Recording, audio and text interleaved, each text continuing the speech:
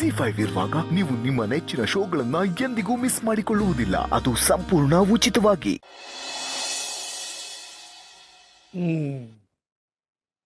ನಮ್ಮ ಕರ್ಮ ನೋಡು. ಗಡಿನಲ್ಲಿ ಕಾವಲು ಕಾಯೋರು ಈ ಒಳಕ್ಕೆ ಬರೋರನ್ನ ಪೂರ್ತಿ ತಪಾಸಣೆ ಮಾಡಿ ಒಳಗೆ ಬಿಟ್ಕೋತಾರಲ್ಲ, ಆ ರೀತಿ ಆಗೋಯ್ತು. ನಮ್ಮನೆ ಮಹಾಲಕ್ಷ್ಮಿಯವರ ಫೋನ್ನ ನಾವು ಪ್ರತಿ ಸಾರ್ತಿ ಚೆಕ್ ಮಾಡಬೇಕು. ದೇವ್ರು ಮೆಚ್ತಾನ. ಅಪ್ಪಯ್ಯ, ಅವತ್ತು ನೀನು ಯಾವಾಗ ಇವರಿಬ್ರಿಗೂ ಉಗ್ದು ಉಪ್ಪಿನಕಾಯಿ ಹಾಕ್ದೋ ಅವತ್ತಿಂದ ಇವತ್ತುವರೆಗೂ ಒಂದು ಫೋನ್ ಇಲ್ಲ, ಒಂದು ಮೆಸೇಜು ಇಲ್ಲ. ಅಂದರೆ ಗಂಡನ ಮೇಲೆ ಅಷ್ಟೊಂದು ಭಯ ಭಕ್ತಿ ಇದೆ. ಎಲ್ಲಾರ ಉಂಟೆ ದಣಿ, ದೇವ್ರ ಮ್ಯಾಗೆ ಭಕ್ತಿಗಿಂತ ಭಯ ಜಾಸ್ತಿ. ಸುತ್ತಮುತ್ತ 18 ಹಳ್ಳಿನಾಗೆ ವೀರಭದ್ರಯ್ಯನವರು ಅಂದರೆ ಭಯ ಜಾಸ್ತಿ. ತೊಟ್ಟಲ್ನಾಗ ಮಗು ಒಳ್ತಾ ಇದ್ರೆ ವೀರಭದ್ರಯ್ಯನವ್ರ ಹೆಸರು ಹೇಳಿದ್ರೆ ಕಿಟಾರ್ ಅಂತ ಕಿರಿಚ್ಕೊಂಡು ಹಂಗೆ ಮಲಿಕೋತದೆ ಅಂತೀನಿ. ಅದು ನಿಜಾನೇ ಛತ್ರಿ. ಭಯ ಅನ್ನೋದೊಂದೇ ಯುದ್ಧವನ್ನು ಗೆಲ್ಲಿಸೋದಕ್ಕೆ ಇರುವಂಥ ಅಸ್ತ್ರ. ಜಗತ್ತಿನಲ್ಲಿ ಧೈರ್ಯ ಇದ್ದವನು ಅಥವಾ ಭಯ ಹುಟ್ಟಿಸೋನು ಇಬ್ಬರಿಗೆ ಮಾತ್ರ ಗೆಲ್ಲೋದಕ್ಕೆ ಅವಕಾಶ ಇರೋದು. ಏನು ರಮೇ, ಮೊಬೈಲ್ ಕಿತ್ಕೊಂಡಿದ್ದೀನಿ ಅಂತ ಆಳು ಕಾಳುಗಳ ಹತ್ರ ಸುದ್ದಿ ಸಾಗಿಸೋದು, ಹೂವು ತರಕಾರಿ ಮಾರೋರ ಹತ್ರ ವಿಷಯ ಸಾಗಿಸೋದು, ಇದೆಲ್ಲ ಮಾಡ್ತಿಲ್ಲ ತಾನೇ? ತಾಯಿ ಕರಳೆ ಆದರೂ ಅದಕ್ಕೊಂದು ಜೀವ ಇರಬೇಕು, ಆ ಜೀವಕ್ಕೆ ಒಂದು ಭಯ ಇರಬೇಕು. ಆ ಭಯ ಇವರಿಬ್ರಿಗೆ ಚೆನ್ನಾಗಿ ಐತೆ ಅಪ್ಪಯ್ಯ. ಯಾವುದೇ ಕಾರಣಕ್ಕೂ ಇವರು ನಾವು ಮದುವೆನಲ್ಲಿ ಕಡ್ಡಿ ಆಡಿಸ್ತಿದ್ದೀವಿ ಅನ್ನೋ ವಿಚಾರನ ಹೊರಗಡೆ ಹೇಳ್ಕೊಡ್ದು. ಹಾಗೇನಾದರೂ ಹೇಳಿದ್ರೆ ನಾವು ಅಂದ್ಕೊಂಡಿರೋ ಕೆಲಸ ಸರ್ವನಾಶ ಆಗೋಗುತ್ತೆ. ಇನ್ನೊಂದು ಸಾರ್ತಿ ನಿಮಗೆ ಹೇಳ್ತಿದ್ದೀನಿ, ರಶ್ಮಿ ಮದುವೆಗೆ ನೀವಿಬ್ಬರು ಬರೋ ಹಾಗಿಲ್ಲ.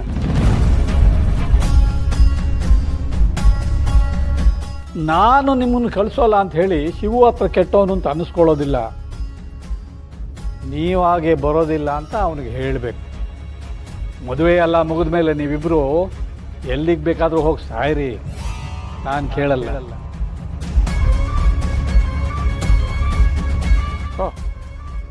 ಶಿವು, ಹೇಳು ಶಿವು. ನಾನು ನಿಮ್ಮ ಮನೆ ತಗೋ ಹೊಂಟಿದ್ದೆ, ಮನೇಲಿದ್ದೀರ ಮಾವ? ವಯಸ್ಸಾದ ಮೇಲೆ ಮನೆ ಬಿಟ್ಟು ಎಲ್ಲಿಗೂ ಹೋಗ್ತೀನಿ. ನಡು ಮನೆಯಿಂದ ದೇವ್ರ ಮನೆ, ದೇವ್ರ ಮನೆಯಿಂದ ನಡು ಮನೆ, ಇಷ್ಟೇ ನನ್ನ ಕಾಯಕ. ಮಾವ, ಊರ್ದು ಯಾರು ಮಾವ ನೀವು? ಮುಂಚಾಕ್ದಲ್ಲೇ 3 ಲೋಕದಾಗೂ ಏನೇನು ನಡೀತೈತೆ ಅಂತ ಹೇಳೋ ಶಕ್ತಿ ನಿಮ್ಗೈತೆ. ಅಂದಂಗೆ ಮದುವೆ ಬಗ್ಗೆ ಮಾತಾಡೋದಿತ್ತು, ಅದಕ್ಕೆ ನಿಮ್ಮ ಮನೆಗೆ ಬರೋಮಾ ಅಂತ ಫೋನ್ ಮಾಡಿದೆ. ಓ ಶಿವು, ನೀನು ಫೋನ್ ಮಾಡಿ ಬರಬೇಕೇನೋ? ಇದು ನಿನ್ನ ಮನೆ, ಯಾವಾಗ ಬೇಕಾದರೂ ಬಾ. ಸರಿ ಕಣ್ ಮಾವ, ಹಂಗಾರೆ ನಾ ಬರ್ತೀನಿ. ಹಾಂ, ಒಳ್ಳೇದಾಗಿ. ಸರಿ ಮಾವ.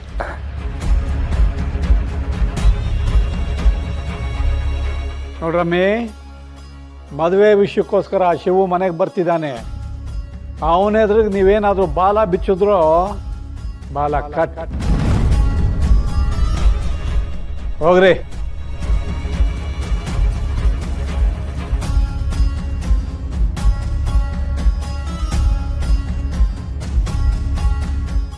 ಸುಶೀಲಾ, ಒಳ್ಳೆ ಅವಕಾಶ ಕಣೆ.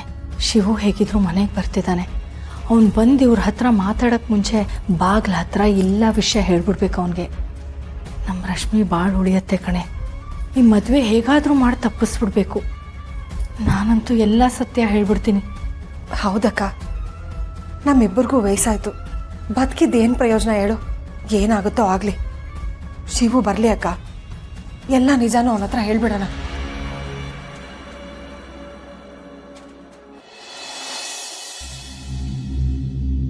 ಅತ್ತೆ, ಸಂದಾಗಿದ್ಯಾ? ಚಿಕ್ಕತ್ತೆ ಆರಾಮ? ಶಿವು, ಚಂದ ಅಂದ ಅಲ್ಲ, ಆಮೇಲೆ ಮೊದಲು ನಿನ್ನ ಹತ್ರನೂ ಮಾತಾಡಬೇಕು. ಏನು ಹೇಳತ್ತೆ? ಶಿವು, ರಶ್ಮಿಗೆ ನೋಡಿರೋ ಹುಡುಗ ಇದಾನಲ್ಲ? ಪ್ರಶಾಂತ್ ಅಂತ ಅವ್ರ ಹೆಸರು. ಹೌದಪ್ಪ, ಅದೇ ಹುಡುಗ. ಅವ್ನ ನಡತೆ ಬಗ್ಗೆ ನಿನ್ನ ಹತ್ರ ಮಾತಾಡ್ಬೇಕಿತ್ತು. ಪ್ರಶಾಂತ್ ಅವ್ರ ನಡತೆ ಬಗ್ಗೆನಾ? ಏನು ಹೇಳತ್ತೆ? ಹುಡುಗನ ನಡತೆ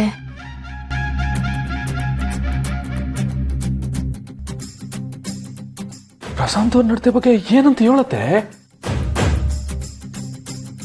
ಆ ಹುಡುಗ ಒಳ್ಳೆಯವನಲ್ಲಪ್ಪ.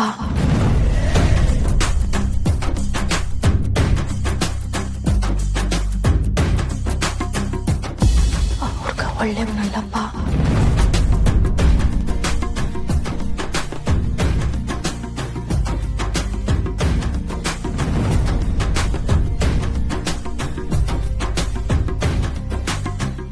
ಅಂದ್ರೆ ಬರೀ ಒಳ್ಳೆಯವನಲ್ಲಪ್ಪ, ದೇವ್ರಂತ ಮನುಷ್ಯ, ಗುಣದಲ್ಲಿ ಅಪ್ರಂಜಿ ಹಿಂದೆ.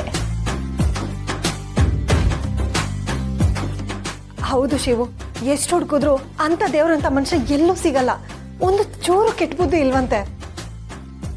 ಈಗೆಲ್ಲ ಕೈ ತುಂಬ ದುಡಿಯೋ ವಿದ್ಯಾವಂತರೆ ಮೊಬೈಲಲ್ಲಿ ಜೂಜಾಡೋದು, ಬೀಡಿ ಸಿಗರೇಟ್ ಸೇದೋದು, ದಿನ ಕುಡಿಯೋದು ಹೀಗೆಲ್ಲ ಮಾಡ್ತಾರೆ.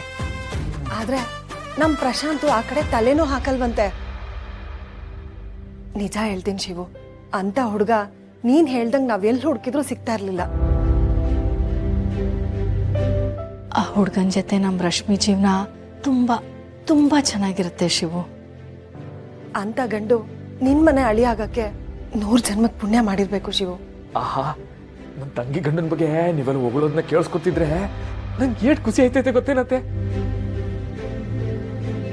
ತಿಟ್ವಾಗ್ಲೂ ಸಾತ್ಕ ಅನ್ಸ್ತೈತೆ. ಮದುವೆ ವಿಷಯನೇ ಮಾತಾಡೋ ಮಾತಾ ಬಂದೆ.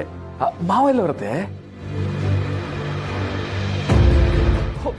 ಇಲ್ಲೇ ಅವ್ರೆ ಬಂದೆ. ಏನು ಹಣೆ ಬರನೇ ಇದು. ಇವಾಗ ಏನು ಮಾಡೋದೋ ಗೊತ್ತಾಗ್ತಿಲ್ಲ. ಅನ್ಯಾಯವಾಗಿ ಆ ಹುಡುಗ ಒಳ್ಳೆಯವನು ಅಂತ ಶಿವು ಮುಂದೆ ಸುಳ್ಳು ಹೇಳ್ಬಿಟ್ನಲ್ಲೇ. ನನ್ನ ಕಂದನ ನಾನೇ ಬಾವಿಗೆ ತಳ್ಳೋಂಗಾಗೋಯ್ತಲ್ಲೇ ಸುಶೀಲ. ಕಮ್ಮೆಲ್ಲಕ್ ಮಾತಾಡು, ಇವಾಗ ಏನು ಮಾತಾಡ್ಬೇಡ. ಬಾ ಒಳಗೋಗೋಣ, ಅವ್ರ ಬೇರೆ ನೋಡ್ಬಿಟ್ಟಿದ್ದಾರೆ. ನಮ್ಮಿಬ್ಬರನ್ನ ಏನ್ ಮಾಡ್ತಾರೋ ಏನು. ನಡಿ. ಅಪ್ಪ ರಾಣಿ, ಎಷ್ಟು ರಶ್ ಇತ್ತಲ್ವಾ? ಅದಕ್ಕೆ ಇರೋದು ಒಂದೇ ಮಿಲ್ ಅಲ್ವಾ, ಅದಕ್ಕೆ ಹಂಗೆ. ಮನೆಯಲ್ಲ ಅರಿಶಿನ ಶಾಸ್ತ್ರ ಅಂದಿದ್ದಕ್ಕೆ ಇಷ್ಟು ಬೇಗ ಬಿಸ್ಕೊಟ್ಟವ್ರೆ, ಇಲ್ಲಾಂದ್ರೆ ಇನ್ನೂ ಲೇಟ್ ಆಗಿರೋದು.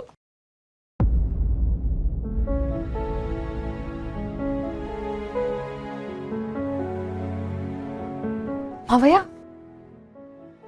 ಮಾವಯ್ಯ, ಮಾವಯ್ಯ, ಏನ್ ಮಾವಯ್ಯ ನೀವು ಮನೇಲಿ ಮದ್ವೆ ಇಟ್ಕೊಂಡು ಕುಡ್ಕೊಂಡು ಬಂದಿದ್ದೀರಲ್ಲ?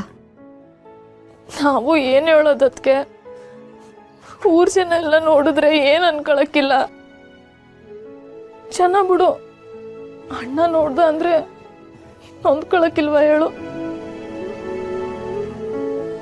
ಮಾವಯ್ಯ, ನೀವು ನೊಂದ್ಕೊಂಡು ಕುಡಿತಿದ್ದೀರಾ ಅನ್ನೋದಕ್ಕೆ ಯಾವ ಕಾರಣನೂ ಇಲ್ಲ. ಮಗಳು ಮದ್ವೆ ಮಾಡ್ಬೇಕು ಅಂತ ಎಷ್ಟೋ ಹೆತ್ತೋರ್ ಮನೆ ಬಯಕೆ ಅಲ್ವಾ? ಈಗ ಕಾರ್ಯ ನಿಮ್ಮನೇಲಿ ನಡೀತಿದೆ ಮಾವಯ್ಯ. ಇಂಥ ಸಂದರ್ಭದಲ್ಲೂ ನೀವು ಕುಡಿಬೇಕಾ ಹೇಳಿ? ನೀವೇನೇ ಹೇಳಿದ್ರು ತಪ್ಪಾಯ್ತು ಅನ್ನೋದೇ ನನ್ನ ಬಾಯಲ್ಲಿ ಬರೋದು ಅಷ್ಟೆ. ರಾಣಿ, ಬಾಯ್ ಹಿಡ್ಕೊ.